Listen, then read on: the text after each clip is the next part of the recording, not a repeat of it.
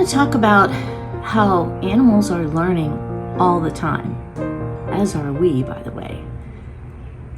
Our animals don't just learn when we say we're having a training session right now and you will learn. They're continuing to learn, whether we're involved or not.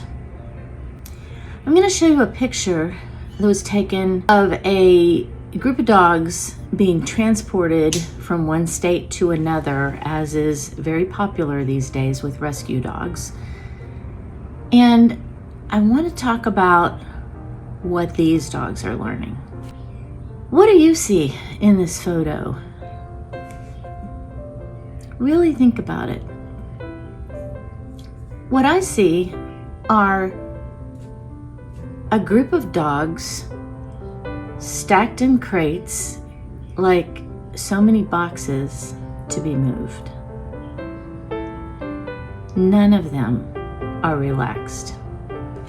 So I want you to think about all the things you've been learning about dog body language and how we can tell by how they're behaving a little bit about how they're feeling. In this group of dogs, what I see are very tense mouths. That's the big tell in this group of dogs. There's only one dog in this group of 8 that you can see who is panting. It's the dog in the lower left. And what we can tell from that is that it's clear that it's not so hot that all the dogs have to pant to keep themselves cool. So panting in a situation where it's not hot is a stress sign. That's just how that particular dog expresses stress. The other dogs are not, either they don't tend to express their stress that way, or they're not at that point yet. You can see that his mouth is, the commissures are pulled back. Commissures are these corners of their mouths, and mouths can be tense in a couple of ways in dogs. So you can see with that panting dog, his commissures are pulled way back, almost like it's in a grin with the tongue hanging out. A couple of the other dogs, you can see that their commissures are forward, which is another way that they can purse their lips. Particularly the white pit bull looking dog at the bottom, the gray pit bull in the middle, and the little puppy in the upper right, the little brown puppy, look at his commissures. His mouth is very tense. That puppy's ears are very tense too. You can see that they're not just relaxed and hanging down. They're kind of twisted and tense. The furry, wiry-haired dog, the blonde one just below the brown puppy, has his or her commissures pulled back also, but the mouth is closed. So I'm going to show you some other pictures so we can kind of compare these. This first dog has his commissures pulled forward. The corners of his mouth are pulled forward, but you can see the tenseness. His lips are pursed. So this dog has her mouth closed, but it's very relaxed. Her ears are pretty relaxed, but of course we don't have moving pictures or video of these dogs right now, so we can only go with what we see in this still shot. These dogs are so close together. All of them are avoiding looking at the others. Where are their visual barriers that they need so that they can feel safe? It would be so easy to just drape a blanket over these crates, take away that visual stimulus, and allow those dogs to feel some safety. Remember that dogs are learning all the time. These dogs are learning in this picture on this trip to another state, which is probably kind of long.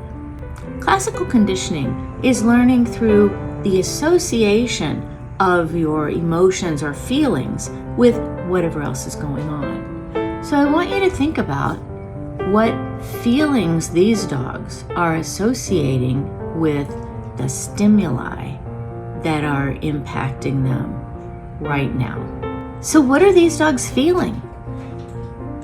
Their body language is telling us they're feeling some stress or anxiety. Is it most likely based on fear? Oh yeah. What could they be learning? what other stimuli are going to come into play on this long trip? Right now they're in a vehicle, they're in a crate, other dogs are surrounding them at very close distances, probably inside their personal space as they perceive it. And they probably don't feel safe. So along this potentially long trip, they may experience bumpy roads, loud noises from other vehicles, horns honking. There could be a storm. Who knows what could happen? There could be a blowout. And they're just hanging right out there, already not feeling safe before they even left. So a word to those of you who rescue. You can do better. It's not hard, and it doesn't cost a lot of extra money. So here's some options. Use plastic airline crates over the wire ones. It gives them a visual barrier, so they don't have to look at those other dogs and constantly feel threatened by them. Yes, that costs money. New crates cost money. However, it's easy enough, like I said before, to throw a blanket over that crate. You can even cover the front. They don't need to see out. Cover them up and give them a little cocoon to go into. Once they're in there, give them something good that they can associate with all of these stimuli that are impacting them on this trip. What about a stuffed Kong? What about a safe chew that they can enjoy? There's so many options out there. And they may not even eat very much of it, but it's certainly worth a try. The other thing that I would say to add, I see all these dogs are sitting on potty pads. I don't know what that means. Do they get to stop on the way? I hope so. But give them a soft bed. A nice thick cushion will help dampen the noise and the vibrations from the vehicle and the road. And also, it induces relaxation. A little nest for them to be in induces them to relax. Of course, the other thing would be to condition them to being in a crate before they have to go somewhere. And finally, give them some space. Do they have to be that close together? How does that feel? It reminds me of people on a crowded bus. You know, trying to get your space so that you can sit there without people brushing up against you. How does that feel? These dogs are potentially already stressed. I don't know where they came from. A shelter, foster homes, whatever. But it's so important to remember that animals are learning all the time. These dogs are learning, but what are they learning? We're not going to know until later when the situation pops up where they need to use what they've learned. But I'm going to say they're learning to associate fear, anxiety, and stress with vehicles, crates, other dogs, and potentially people. And they're not being given a chance to make a different association that's going to actually help them in their lives. So I'm not saying all this to be judgy. I'm saying all this to help you see things maybe through different eyes, maybe through those dogs' eyes, and consider what they're learning. And is it helping them? And is it helping you? So thanks for listening.